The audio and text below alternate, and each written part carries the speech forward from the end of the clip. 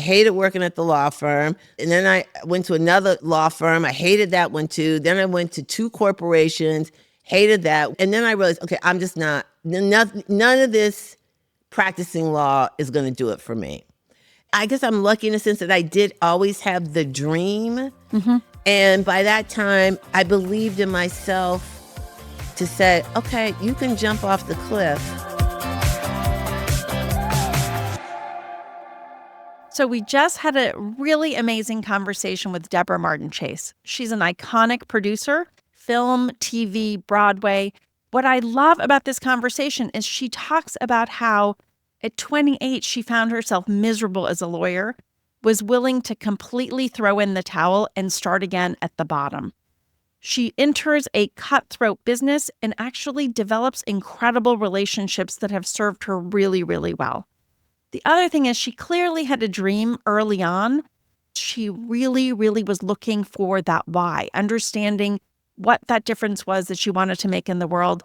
And she took the time to figure it out. Diving into the messy parts of successful people's career journeys, there is so much to learn. I can't wait for you to listen. Debra Martin Chase, I can't thank you enough for coming on the show. I'm so happy to be here with you. I mean, besides being an incredibly accomplished producer of all kinds, right? Film, movies, don't roll your eyes. Broadway, TV. I mean, what I love is that we're actually friends. And so I very much appreciate for many years. I know, for many years. I want to start with sort of that moment where you have 2 applications, Harvard Law School and USC Film School. Yeah. And you were a kid who grew up in the movie theaters, you know, sitting in the theater watching double features, right? Head-to-head movies. What made you not go to film school and decide to, I mean, and I know it's Harvard Law School? Because I was raised to value being able to take care of myself as a woman. And so, you know, I didn't know anybody in the industry, in the film industry. I didn't see anybody who looked like me who was making movies. And it's a tough business. Everybody knows it's a tough business. So I thought that going to law school would be the safe thing to do, that I would have a credential to back me up so that I knew I could always take care of myself financially if I had a Harvard Law degree. Why did you feel the need that you had to actually take care of yourself? Like, where did that come from? Single mom. I mean, my parents divorced, not single mom like that. My parents divorced when I was 12. My dad was very much in my life. He was the biggest film and television buff that I ever knew and inspired me. You know, but my mom was raising 3 kids on her own. And she went back to school. She went back to graduate school in her mid-30s divorced with 3 kids. What did she go for? Early childhood education and developmental psychology, University of Massachusetts, Amherst. Big deal. You know, in retrospect, it's a big deal. And so it was ingrained upon me. And her sisters, my aunts, were very independent. They had master's degrees from Northwestern. They married, you know, what in those times was late. They married in their mid-30s. And so it was just important in our family that we be independent and be able to take care of ourselves. And did you know lawyers? No. But what I ended up doing is, well, 2 things. In between college and law school, I worked as a paralegal to Melvin & Myers. Okay. So, in fact, that's where I met our friend Nina Shaw. She and Nita Hill were summer associates. So Nina Shaw, who is a very big entertainment lawyer, and actually your lawyer as well. And actually my lawyer as well, our friend. Yes. And then my boyfriend for many years while I was in college was at Harvard Law School. Okay, so that was a path you could see. I could see it, and because I, you know, kind of lived at the law school with him while I was in college, I was like, well, I could do that. I mean, I could go to Harvard Law School. So you go to law school, you get married. Right out of law school. Right out of law school. Right. Same boyfriend? No. No, different boyfriend. Different boyfriend. Someone you met at Harvard Law School. Mm-hmm. And you moved to Houston? Houston, Texas. And you become a corporate lawyer. Big firm. Working for a big firm. So all of a sudden I'm working for this big firm in downtown Houston, Texas, married, living in a big house in a very residential neighborhood. And I was like, what the hell happened? Like, this was not the dream. But what was the dream?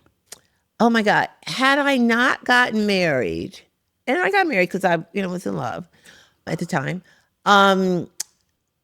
I was going to work for a big law firm in New York for a couple of years, save my money, and move to Paris and write the great American novel. So you always had storytelling at the back of your mind. Absolutely. Absolutely. Do you think if you'd moved to New York, you would have stayed a lawyer? No.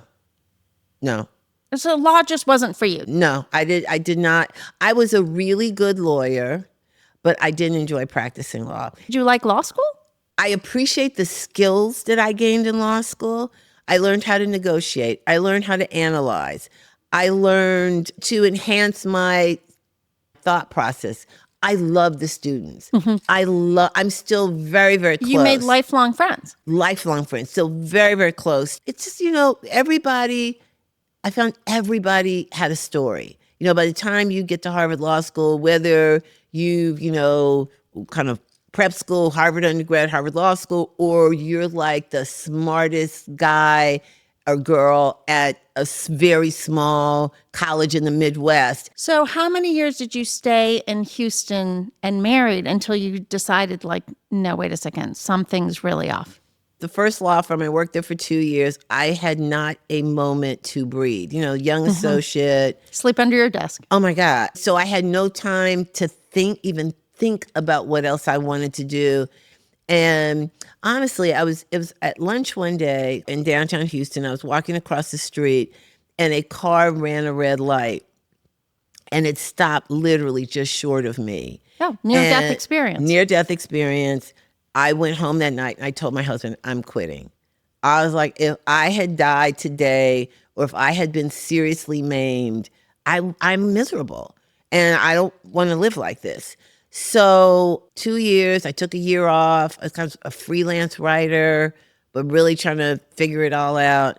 And then another year. So I don't know. I was there maybe 5 years. And did you know your marriage was ending too? I knew there were issues.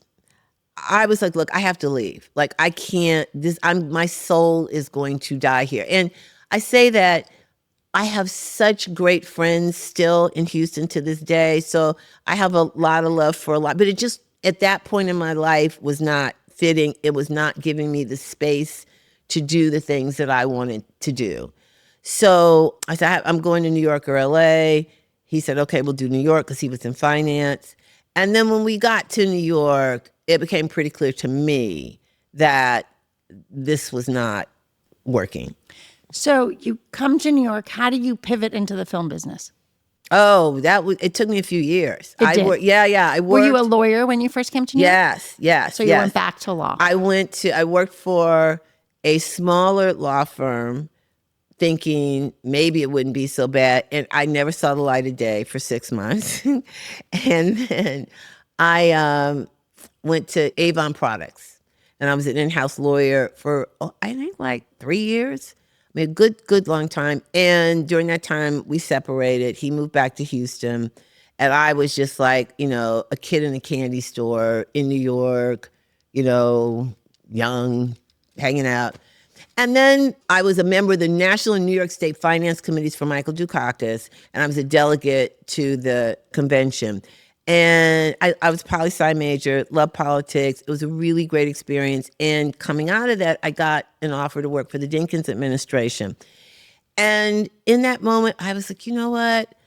If I'm going to go for it, let me go for the dream, which was always been to make film and television. Like, at what age did you know that you wanted to make film and television? Forever. I mean, so you I knew didn't that. even know. It was a dream. It was so far away because I didn't know anybody. You see it, you can be it kind of thing. But yes, I always loved film and television. But by that point, like, you thought the dream was at least somehow within reach.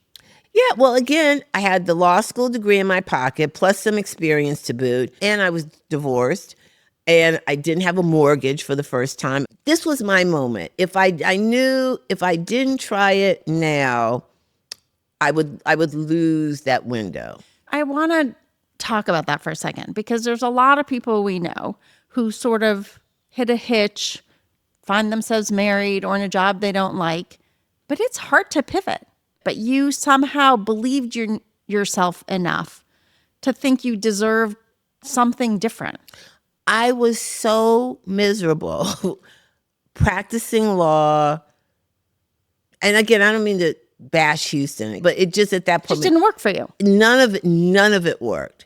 I spent my 28th birthday on my couch in my den crying the whole day because I thought my life was over. Wait, where was your husband at the time? This was when you were divorced? No, we were, Yeah. He's like, what are you doing crying? He's at work. Oh. I was like, I took and the year that I had taken off in between, again, I was freelance writing, which is hard to do out of, from Houston, but I realized that I had a contribution to make to the world, and that until I figured out what that was and got on with it, I was not going to be happy. So you basically decide you're going to go for it. Do you move to LA? No, that year, I'm still working at Avon, but researching. So I'd met some people in the Dukakis campaign in the film business on a high level. So I talked to them. I talked to anybody they would refer me to. I went to seminars. I read books so I could really understand how the movie business worked. Mm-hmm. And I discovered that the people who actually come up with the ideas for movies are either studio executives on the inside or producers on the outside. And I realized that's what I wanted to do. So that's when you figured out your purpose. I at least figured out what the path would be. Once you figure out what the goal is, then you can make a plan and then you can move forward. The hardest part, and I've been there a couple times in my life, is when you don't really know what you want to do. And sorting through that and figuring out what you want, what you think your purpose is in life, and zeroing in on that. Those are some of the hardest periods and hardest things to do. You know my daughter, Natasha, she's in her early 20s. This is a question that comes up all the time, right, with her and her friends. Like, how do you figure out what it is you want to do? Right. I mean, because that's a big question and almost daunting. It's a huge question. And I think it's a question that most people don't truly answer. What's easy to do, what's readily available to do. What's expected of you. What's expected of you is huge. So really doing that soul searching to figure out what it is you think what really matters to you, what really is going to give you great satisfaction. I mean, listen, I'm producing this play on Broadway right now called Purpose. And underneath everything, it is about finding your purpose in life. So do we have a roadmap? Like, how do I tell Natasha how to find her purpose? There is no roadmap. All I can say is it starts with you. And it starts with you really digging inside yourself and figuring out what's important to you. What is your value structure? What are the things that matter? What do you want to give to the world? What's going to make you happy? Those are really tough questions. Hard questions to answer. So some of it is also trial and error. I mean, I did a lot of different things in those early years, like flailing around. Well, I hated working at the law firm. And then I went to another law firm. I hated that one too. Then I went to 2 corporations, hated that. And then I realized, okay, I'm just none of this practicing law is going to do it for me. I guess I'm lucky in the sense that I did always have the dream. Mm-hmm. And by that time, I believed in myself to say, okay, you can jump off the cliff. So you moved to LA. So I interviewed in New York at Columbia Pictures at that time they had a East Coast general counsel for a legal job. My good friend's sister was in human resources, and I was waiting in her office until my interview started. She left. I was snooping on her desk, and I saw a memo about this executive development program that they were starting at Columbia. that was designed to bring people in from different disciplines and try and have a more diverse executive group. So when she came back to office, I was like, I want to do that. And she said, well, it's like it paid no money. I was like, yes, but it will get me over to the other side of things, out of law.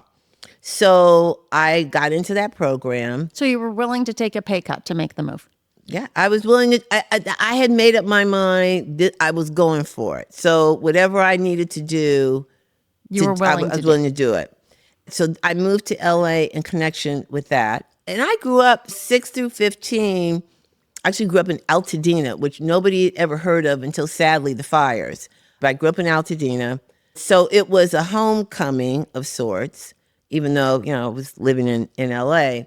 And the program was designed, it was 2 years, and you're supposed to spend 6 months in 4 different areas of the company. Well, I ended up spending the first year in the legal department because they had an experienced lawyer who was willing to work her butt off their books. And I learned so much about the underpinnings of the business. And then I sat next to the incoming chairman, Frank Price, at a luncheon for the program. We hit it off. We stayed in touch. And he brought me on as his executive assistant for a year. And that was my big break. I'm going to pause because I read about this. So you Okay. sit next to him and he somehow mentions that he's doing something that's connected to Harvard. Yeah. He knows you've gone to Harvard in the conversation. And you do what many people don't do. He comes to you and says, would you read this? Or he wanted your opinion. And you spent 2 days just digging in and doing the work. In that moment, you showed him what you were capable of, right? Like you leaned into this opportunity that sort of just presented itself based on a conversation you had. Yeah, I was sitting at the luncheon.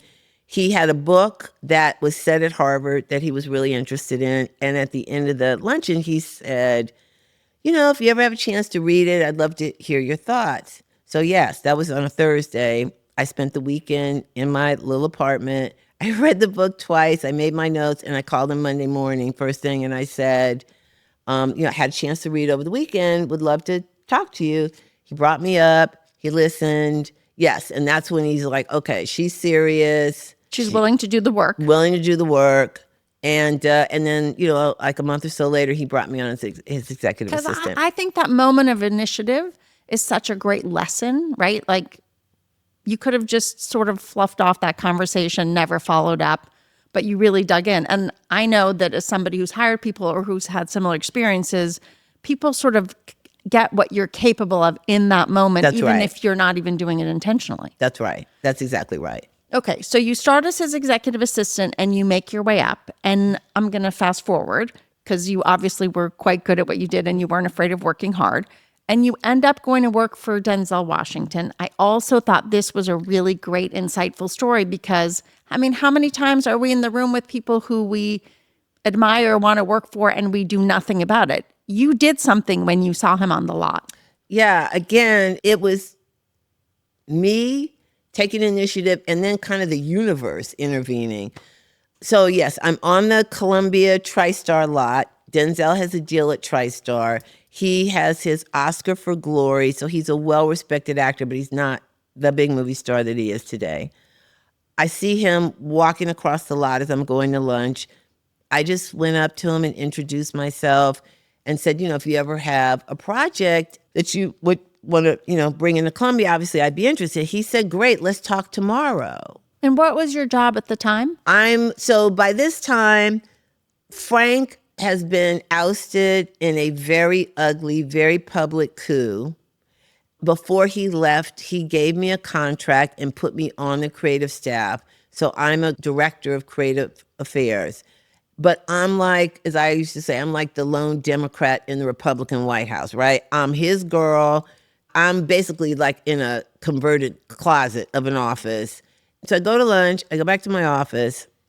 Doug McHenry was a very prominent producer, was a big brother to me. He had been best friends with the older guy at Harvard Law School that I had dated. So he'd known me for a long time.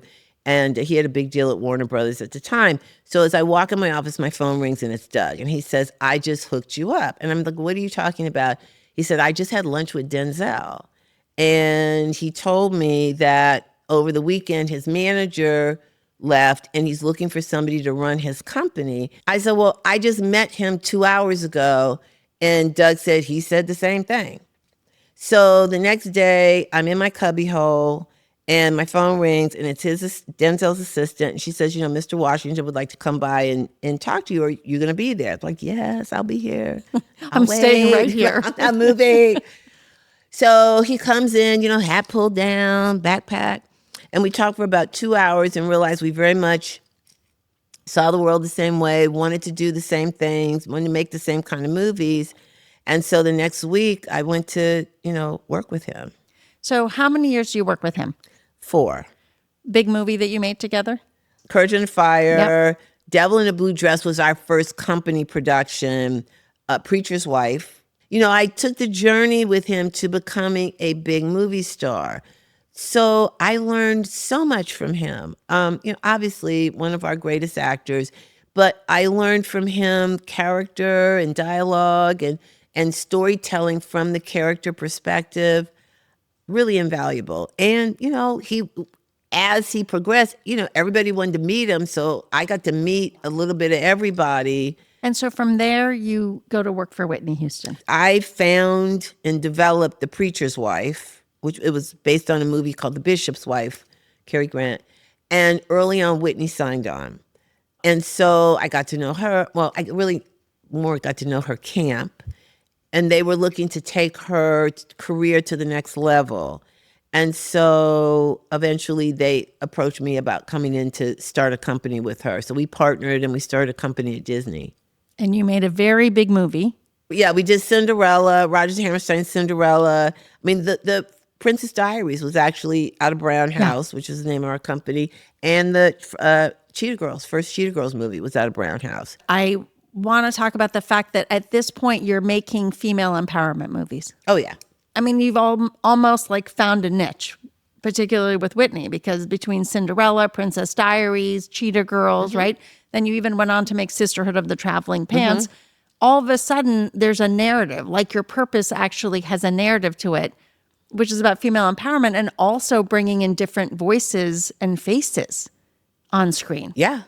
Was that deliberate? Yes, very much so. My main motivation for getting into the film and television business was because I never saw myself on screen growing up. So you've made seminal films, right? I mean, my daughter grew up watching Cheetah Girls. So then you decide to leave Whitney. I mean, that obviously was complicated for many reasons, and get a deal with Disney. Unfortunately, I adored her and I liked her. And she was a good person that was, trapped by her enormous celebrity. So the unraveling started when we were during that period. And I am very grateful that I got a deal with Disney after the success of Princess Diaries. And you stayed there for a long time. I was at Disney for 20 years. 5 years partnered with Whitney, and then 15 years with my own company. One of the things I remember is seeing you in LA, and you were definitely in the Disney phase of things. And even hearing your story now, it's like a brutal business, right? You have immense success, and yet it's difficult to see the way forward sometimes. I remember you once saying to me, you're just as good as your next project, not the one behind you. So you can have a big success, and it can still seem incredibly daunting. There's no security in the Hollywood There's no structure. security. So I remember reading that you got to a point where you just wanted to throw in the towel. I was a Black woman in Hollywood. At a time, and I didn't realize when I started, like everything else in my life, I was like, well, somebody else is doing it, so I can do it. I get there, I didn't realize there were no Black women making studio movies, executive producing, network TV shows, nothing. I mean, my deal, I was the first Black woman to get a producing deal at a major studio. I didn't set out to do that. But I got there, I was determined at that point because I'd given up a lot. And I knew that that was what I really wanted to do. So again, understanding, what your goal is. I never got paid the same thing as my white male counterparts. I had to fight twice as hard for everything. Then there was a period in the industry where I think it was a bit of a, contraction, like God knows we're going through right now. And suddenly nobody was interested in telling stories about women or people of color. And not that that's all I do, but that was certainly my mission. I had a mission when I went to Hollywood to tell these stories. So, I found myself throwing stuff up against the wall. And if your heart's not in it, you're not, those early movies, I could see them. I believed in them so deeply. And they touched me in a way that I felt that they would touch other people. I think that that's why you also have such strong relationships with all the people who've been part of your journey up until now. Because that passion was something that you shared with them in some ways. It was like you were all on a shared mission. Yes. So you have this moment where you're like, you know what, this isn't working for me. I'm just going to throw in the towel. I read the story about Vernon Jordan. Mm-hmm. And so what did he say to you that got you to stick it back out? I left Disney because I realized that I changed, Disney had changed, the business had changed, the world had changed, and I was still trying to do business in the same way, and it just wasn't working.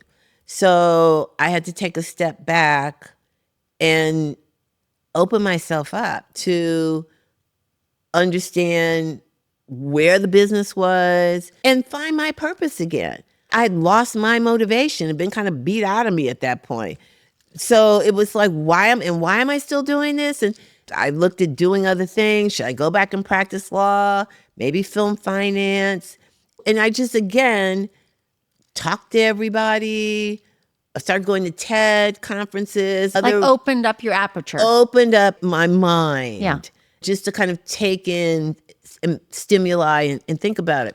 So towards the end of that year, and Vernon I'd known since I was 18. His stepdaughter is one of my best friends from college. As so many of us were so fortunate, there's like a whole generation that Vernon kind of nurtured. We get together, have lunch once or twice a year. Anyhow, so I go to his office at Lazard. He's sitting behind his desk. I'm like pouring my heart out. It's not working. He just sits there and he listens. And I finished and he said to me, he's like, you are too old to start over. I like how straightforward he was. That is that, that moonstruck moment. Get over it, And he said, you have a great reputation, great experience, great relationships. You got to figure out how to make it work, period.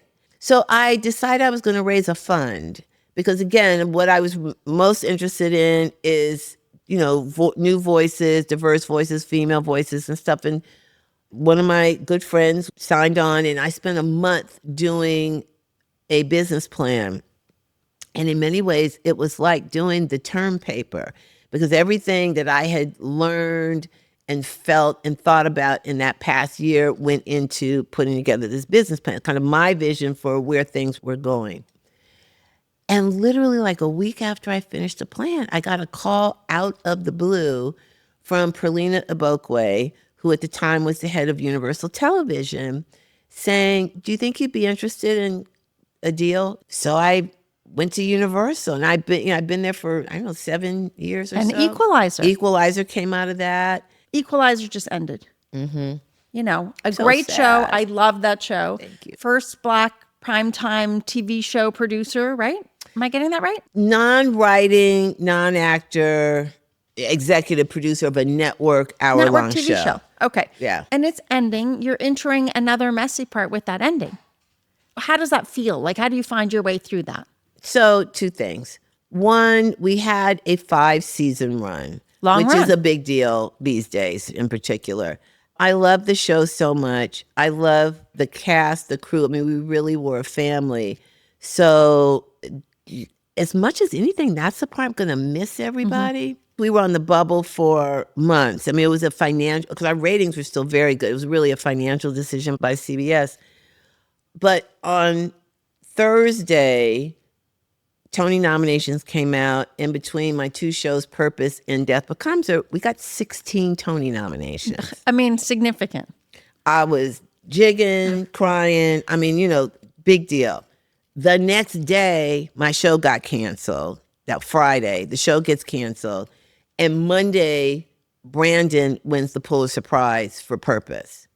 So it was like this real, as I keep saying, like a real Hollywood week of highs and lows.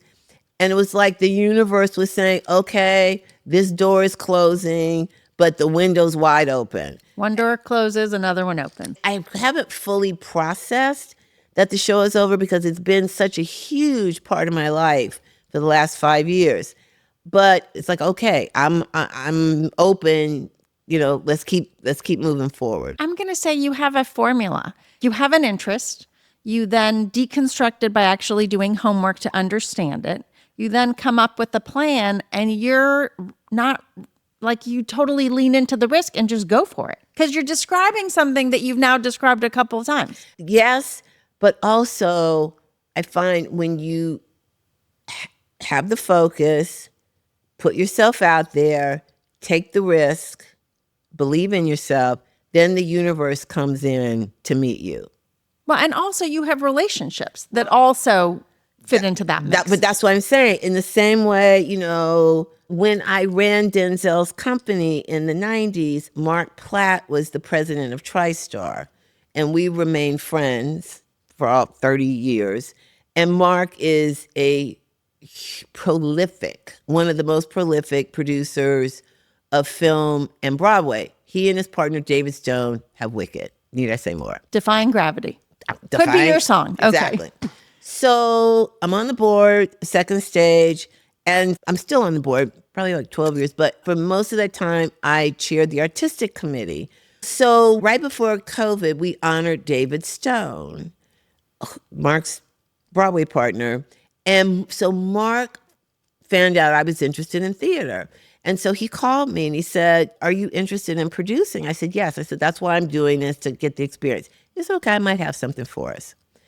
So we partnered on A Strange Loop. Which was an amazing show. And, Acclaimed.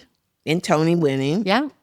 And then from there, he and David have been the most unbelievable mentors, partners. And we did Top Dog, Underdog after that. Outsiders. Well, I didn't do the Outsiders with them. No, but you kept doing things. I kept doing. So once you're in it, I don't know, in 5 years, I feel like I'm really a part of the community. You're here. Definitely part of the community. Yeah. And also fun. Now living in New York part of the time because the work brings you here.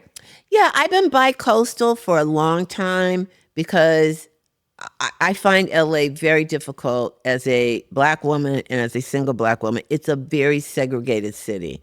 And I don't live like that. It's not my life. And it's a one industry town. And clearly you like sort of breadth. Yes, I love art. I'm on corporate boards, which has been good. And I like fashion. And I like having diverse.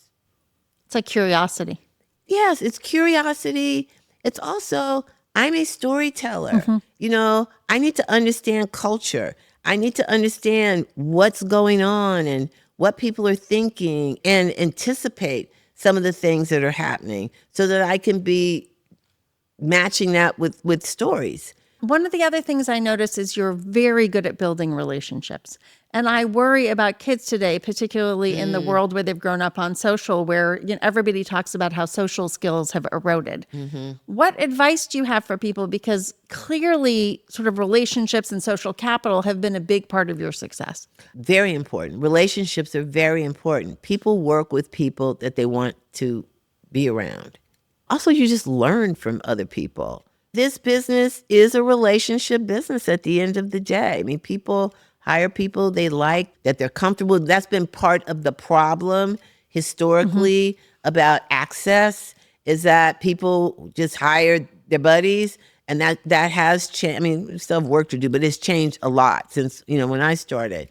So you got to do it. If you really want to be in film and television, you need to go spend some time in LA. Again, not my favorite place to live, but it's where the business is. And you meet people and you get information and you learn on a daily basis. You don't have to stay there for your whole life, but you need to spend significant time there.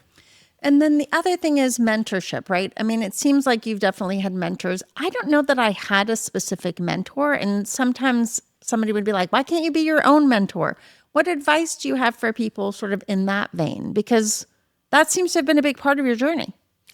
Huge. And I always felt I had a responsibility to pay that forward.